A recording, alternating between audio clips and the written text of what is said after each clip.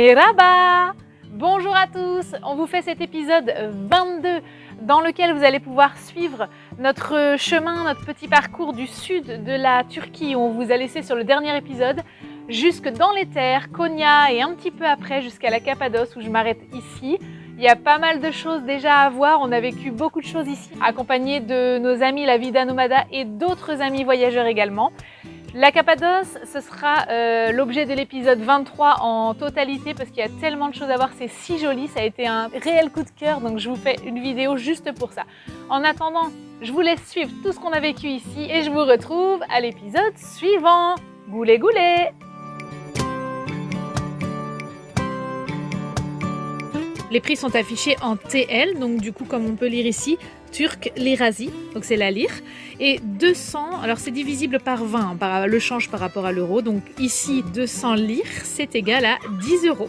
Et c'est leur plus gros billet ici, après c'est des petits billets et des pièces, et la vie n'est vraiment pas chère du tout. On revient du souk et là pour 36 €, je me suis refait une garde-robe. Pour donner un petit peu la notion du coût de la vie en Turquie, la vie courante, c'est-à-dire plaisir, soins, etc., santé et entretien. Hier, je suis allée me faire un lissage brésilien, donc c'est-à-dire un soin à la kératine qui dure 4 heures. En France, le lissage brésilien, c'est environ, pour les cheveux longs comme j'avais, 300 €. J'ai fait une coupe et j'ai acheté un énorme shampoing adapté justement aux soins à la kératine. Le tout, j'en ai eu pour 70 € et j'ai pas pris rendez-vous. Je suis arrivée sur le tas, on m'a pris tout de suite, ça a duré 4 heures. Je suis ressortie pour 70 €. Royal! Donc hier, entretien du camping-car, alors déjà on arrive sans rendez-vous, ils vous prennent tout de suite sans aucun problème. Et hier j'ai fait faire vidange avec filtre à huile, filtre à gasoil, filtre à air, le tout pour 50 €. Plus un équilibrage des roues pour 10 € et un nettoyage complet du camping-car à l'extérieur, avec séchage et tout pour 10 € également. Et un accueil magnifique avec du thé à volonté, ils vous invitent à manger, enfin voilà, ils sont vraiment très très accueillants. Et un ordre d'idée des prix au souk. Là, je me suis acheté du coup un pantalon comme ça, un pantalon comme ça, un t-shirt. Je me suis acheté un pull, un premier top, un deuxième top, une pince à cheveux, un petit bandeau de cheveux et des lunettes de soleil. Et pour tout ça, j'en ai pour 38 €.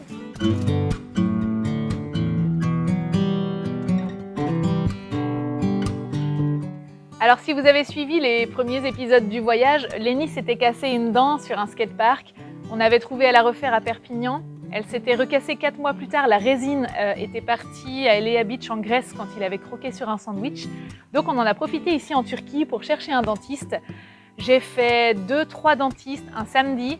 Et d'un seul coup, il y en a un qui m'a dit « Ok, je vous prends 800 liras, c'est-à-dire 40 €, je vous refais la résine, ça prend 1 heure et je vous prends maintenant. » Un petit truc un peu coupe-gorge, en haut d'un escalier où il faisait tout noir, où les gens m'accueillaient sans lumière. Et en fait, merci à Shaban, parce qu'il s'appelait comme ça, on a réussi à discuter un petit peu entre anglais et turc. Et il nous a refait ça super propre, impeccable pour 40 € dans l'instant.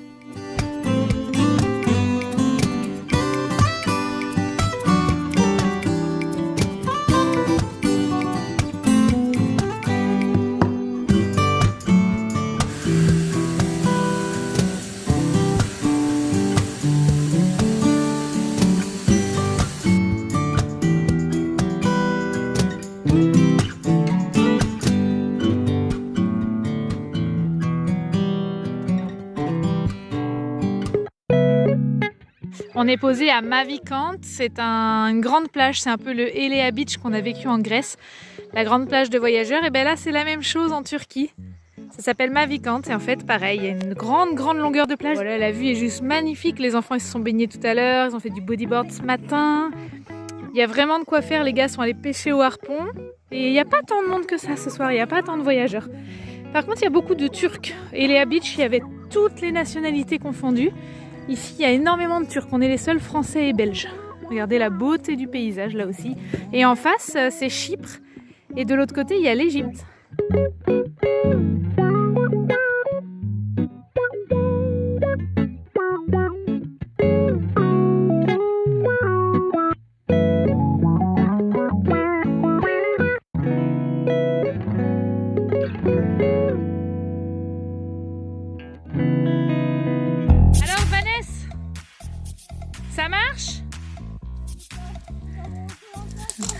Vanessa, elle est en mode survie. Elle nous ramène la forêt entière alors qu'on est en train de descendre une montagne, je t'explique même pas. Peut-être qu'on va te retrouver en bas, directement. Et les gars nous ont lâchés. Ils sont partis tout en haut et ils sont redescendus de l'autre côté. Donc nous on se débrouille là avec les enfants à redescendre la montagne.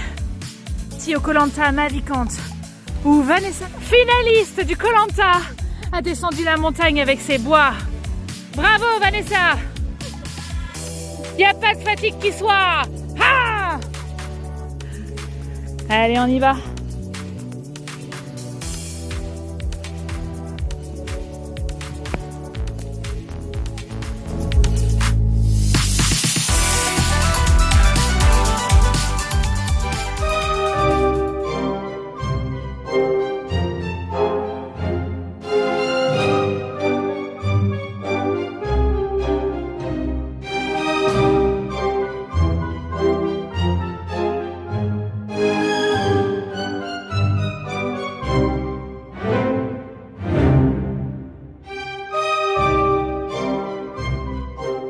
On redescend, j'ai failli tomber. On redescend à la frontale du spot des flammes éternelles. Et en plus de ça, il y a une petite pluie qui vient s'inviter dans notre parcours. Petite pluie qui rend tous les rochers de la descente extrêmement glissants. Donc là, ça ne facilite vraiment pas la tâche. En plus, on a perdu une partie du groupe. On voyage là, on est 3 familles là. On a perdu une partie parce qu'on a fait une pause pipi. Mais bon, ça va le faire, on va arriver à destination. On est en train d'aider des Russes qui redescendent avec des enfants dans les bras, ils n'ont pas prévu de lumière. Ça glisse, c'est hyper compliqué le terrain là. Ah, ça y est, son mari arrive.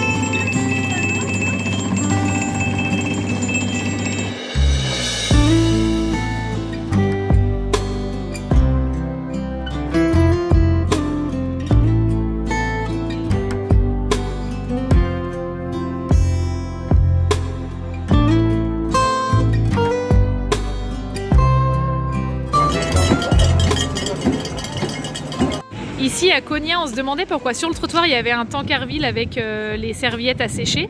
Et en fait, c'est les coiffeurs. On se rend compte que tous les coiffeurs mettent leurs serviettes à sécher tranquillou sur le trottoir.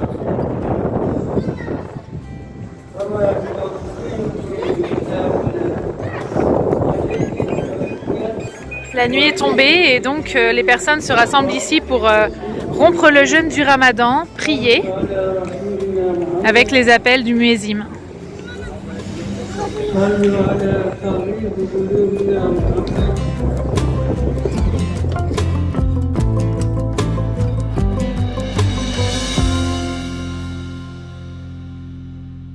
Michela